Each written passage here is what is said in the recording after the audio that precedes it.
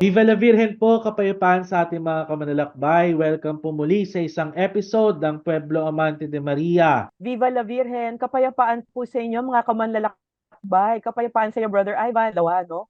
Pero tulad nung nakaraang linggo, alam natin no na magiging malalim at mabunga at makabuluhan ang ating talakayan no ngayong araw na ito. Opo, syempre po kasama po muli natin ang banal po na rektor ng Visitation Shrine. Walang iba po kundi si Father Von Evangelista. Viva la Virgen po, Father. Viva la Virgen, kapayapaan sa inyong lahat, mga kamaglalakbay. Okay po. Siyempre po, simulan na po natin ang ating kwentuhan, Father, no? So, ano po ba yung kwento po kung paano po naging shrine itong simbahan po na ito sa Lintaunti? Yun nga po, tulad ng sinasabi last time ni Ate Josie, no? Na yung sinina mayor ang nagpasimuno nito.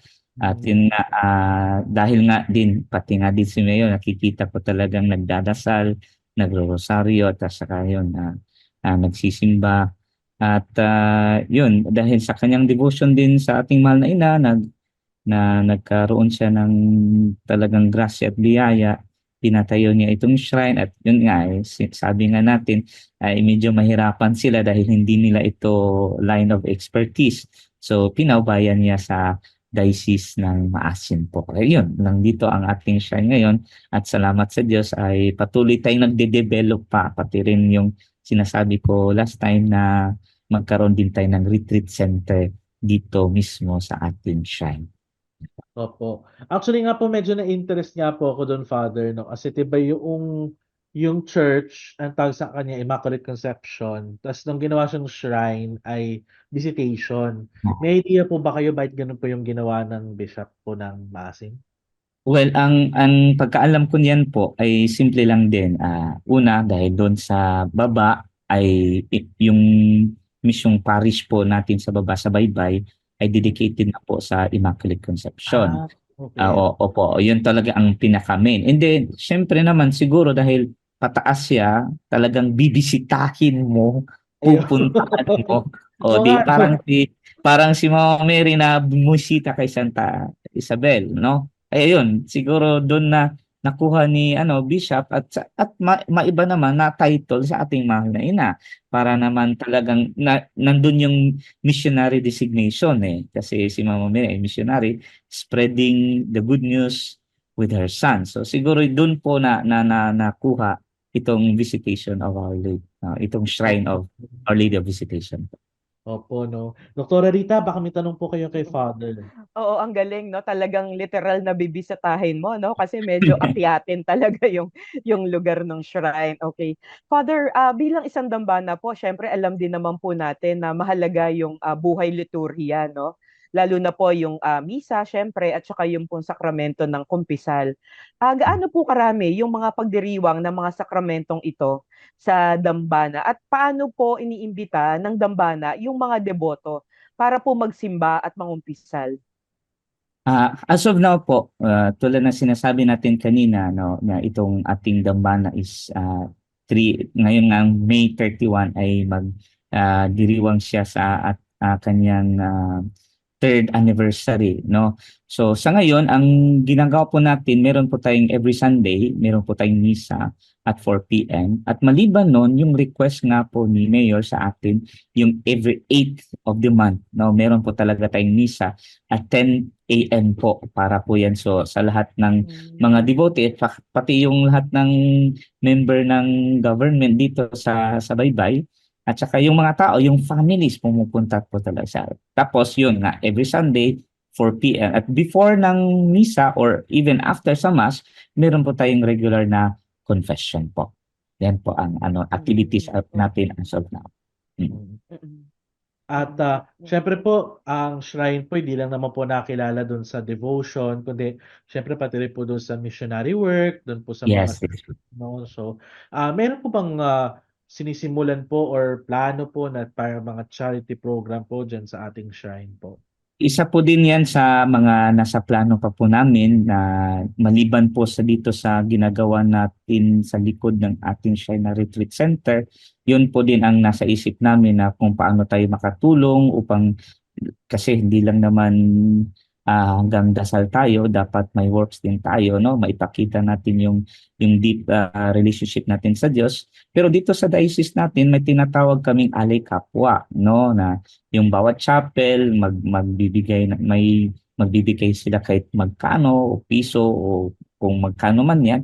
Tapos yun ang itinutulong namin sa mga mahihirap po. So siguro yun din ang i-develop namin kasi yan po ang talaga nasa isip ng aming obispo dito sa Maasin. Ito tinatawag nating na alay kapwa para po yan sa lahat. Amen.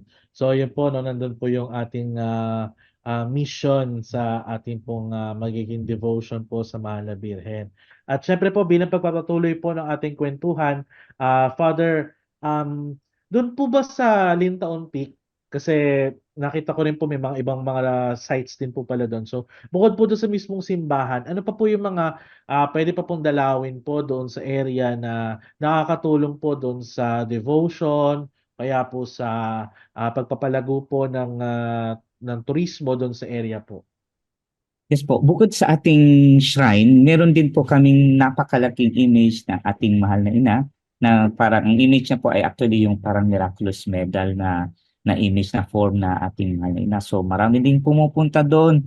No, pag after nilang bibisita sa church natin, sa shrine natin, diretso na rin din po sila doon. At saka may tinatawag po din tayo nitong 1,000 blossoms na mga bulaklak, no? Ma-enjoy din nila ang place talaga na makapag-relax din sila lalo na pag isang family after they prayed, then they enjoy together with their family, no?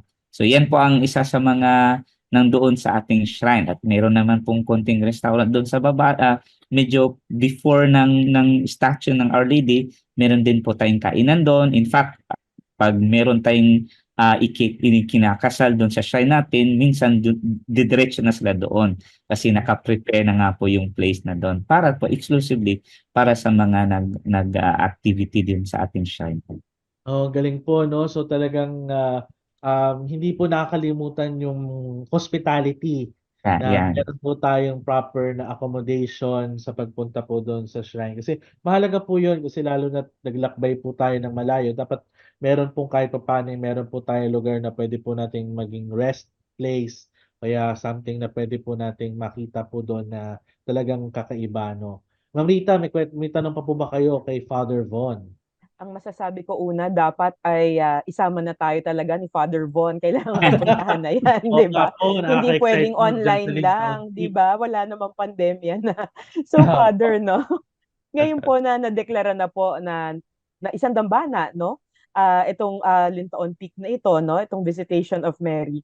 Meron po bang mga plano o hakbangin yung dambana para lalo pong maipalagana pa yung debosyon na ito sa Mahal na Birhen sa lalawigan po, no? At sa iba't ibang bahagi ng bansa. So as of now po, tulad ng sinabi ko kanina na ang pinaka immediate project na ginagawa namin, which is we are working now and I'm planning the floor plan of the building. Sinasuggest na namin kay Bishop, no? Kung kasi yun nga ang nasa mind ni Bishop na maging center na prayer, ng retreat house, no? Para mas maging deep ang relationship natin sa Diyos. Nga nga, kung sino yung magre-retreat. So, yan ang po ang pinaka namin na susunod na project, no? Bali para mas lalo pang mas makilala ang Diyos through the Blessed Virgin Mary by reflecting, by catechizing them, no? So doon yun po yun mangyayari lahat sa likod lang po ng shrine natin. So we hope na matatapos din ito sa kumpisa pa lang. So maybe later by once, maybe next year or maybe after 2 years siguro. So yun po at doon makakapag-umpisa na talaga tayo kasi mayroon na talagang titira doon at mapalaganap na talaga natin yung devotion natin sa ating Manila. Amen, Amen. no? Very exciting. Opo. At, Father, bilang panghuli po 'no, so, sa ilan pong mga salita po, paano po ninyo masasabi na ito pong shrine ng Visitation of Mary sa Lintaon Peak ay isang tanda ng pananampalataya para po sa mga taga diyan po sa Baybay, sa buong Leyte, at pati man po sa mga deboto mula sa iba't ibang lugar na dumarayo po diyan? Para po sa akin, kung napapansin niyo na-mention ka na rin kanina, no? Yung sagot ko kanina, yung kung bakit naging visitation, Immaculate Conception, bakit naging visitation. Siguro, doon ako pupunta sa yung pag-visit ni Mama Mary talaga, doon kay Saint Elizabeth, na dala-dala niya ang ating Panginoong Hesukristo na nagsasalita na siya talaga yung first missionary, no? Siya talaga yung unang nagsabi na nandito na ang Panginoon. Kaya nga naman sabi ni Saint Elizabeth, no, blessed are you among all women, no? Bakit nandito ka? Bakit binisita mo?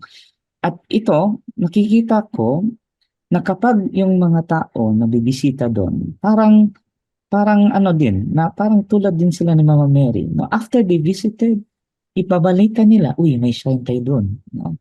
Nandun ang Diyos, no? Na experience nila yung peacefulness, yung tranquility ng buhay nila at yung pagiging anak talaga nila ng Diyos. Dahil yun naman talaga ang mission ng ating Panginoon na ibinigay sa ating lahat na ipaspread sa buong mundo, ipalaganap sa buong mundo yung tungkol sa pag-ibig ng Diyos sa atin. At yan nga po ang naano ko na itong visitation pala talaga ang pagiging missionary ni Mama Mary. At tayo mga Katoliko, we are all missionaries, no? Kahit na tayo ay siguro pag nagsimba tayo every day or every Sunday, di ba? Pagsasabi ng pari, tapos ng misa, no? Yan, maglakbay na kayo sa kapayapaan, dalhin nyo ang pag-ibig ni Kristo. I think it marks already that the shrine as a visitation shrine, yung pagiging missionary natin lahat, no? At ang pagiging missionary natin lahat, dapat parang tayong si Mama Mary, no? Dapat yung ugali natin, yung buhay natin, parang si Mama Mary. At laro pa nating makonvince sila or maipakita natin yung faith natin na hindi lang tayo nanampalataya, kung hindi, isinasabuhay pa natin, no? Na ipakita natin yung ating pananampalataya sa Diyos. And I think that is one of the most crucial siguro at maganda at the same time, no? Kasi challenge natin yan, no? Challenge sa ating lahat yan. Kung talagang totoo tayong devoted sa ating mahal na ina, hindi lang tulad ng sinasabi ni St. Louis Grignon de Montfort, na hindi lang sana hanggang sa external lang, no? Kundi both internal and external na may pakita mo na ikaw ay anak ng Diyos, anak ng ating mahal na ina. Yun po. Amen. Grabe Amen. po. Ang ganda ng mga quotation ni Father, no? Opo, no? Talaga hands down po, no? Grabe. Sige po. So maraming salamat po, Father Von, at sa ating po mga naging sharer po sa mga episodes po natin dito po sa Visitation Shrine. At syempre po, bilang challenge po natin sa Do Whatever He Tells You, tulungan po natin na i-promote itong shrine po ng Lintaon Peak sa ating pong social media. Meron po silang Facebook page, yung pong The Visitation Shrine. So hanapin po natin yung The Visitation Shrine sa Baybay City. So i-like po natin at i-share po natin yung laman po ng kanilang page. At syempre po, at wag po natin kalimutan po na pumunta rin po doon kapag may time po kayo, kapag kayo po ay nagawi po ng Leyte, wag po ninyong kakalimutan na pumunta po doon po sa ating pong dambana ng Birhen ng Visitation. Ano po ang nangyayari sa ating mga sharer po, sa ating pong mga kamanlalakbay kapag hindi po nila ginawa ang ating challenge? Papangit. Nako, kaya gawin na yung challenge na yan. Oo, kaya yan po, wag po natin kakalimutan gawin po ang ating challenge. So bilang panghuli po, Father, may we invite you to please give us a final blessing po. In the name of the Father, the Son, of the Holy Spirit. Amen. Amen. Siguro sabay tayong mag-pray ng Hail Holy Queen in honor of Our Lady. Hail Holy Queen, Mother of Mercy, hail our life, our sweetness, and our hope. Do you cry for banished children of Eve? You do send up our sighs, mourning and weeping in this valley of tears. Turn the most gracious advocate your eyes of mercy towards us. And after this our exile, show unto us the blessed fruit of thy womb, Jesus, O clement, O loving, O sweet Virgin Mary. The Lord be with you, and with your spirit. and through the maternal mediation of the Blessed Virgin Mary, may Almighty God bless you all, the Father, the Son, and of the Holy Spirit. Amen. Amen. Maraming salamat po. Maraming Kuya salamat Red po. po. Tita Salamat Mary po. po. Thank you so Salamat much. po.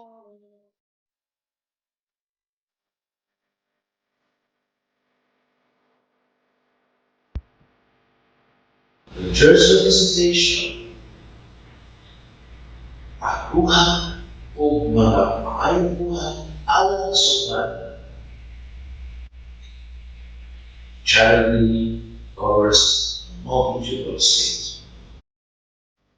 Kung kita ako mawala ng sala, kung kita ako mamasaya ng sala, ang buhay kita o mga maayong buhay alang sa umat. Sa kanalian, nagmadaling siya, pakatlo siya, ipagaw sa Isabel, kay nagkinahanglan utang.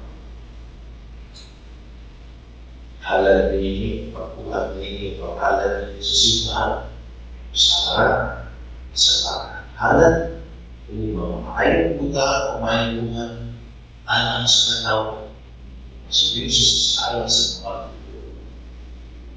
Ini padanan amay maghatag ng tugang kagasi. Narinig, mula o kahalo upang kasuko. Araw magtiaduhin, nanatuloy na kanunay ang pawahagan nato ang ipiso para sa Islam ay maangko na ito ang kalibay, kalinaw, at kalinaw sa iyong kalinaw. Amen.